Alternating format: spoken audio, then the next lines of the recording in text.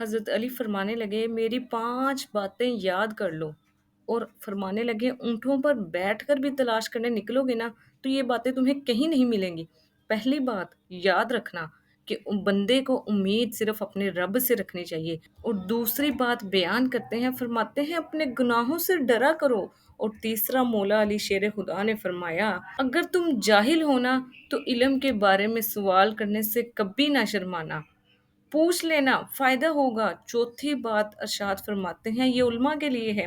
फरमाया, अगर आलिम को किसी मसले का इल्म ना हो, तो वो गलत बात ना बताए, बल्कि कह दे वल्लाहु आलिम, अल्लाह बेहतर जानता है।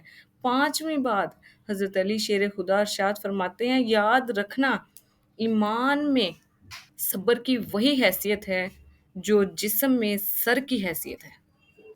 कमेंट में अली मौला लिखें, इंशाअल्लाह सारी मुश्किलें आसान हो जाएँगी।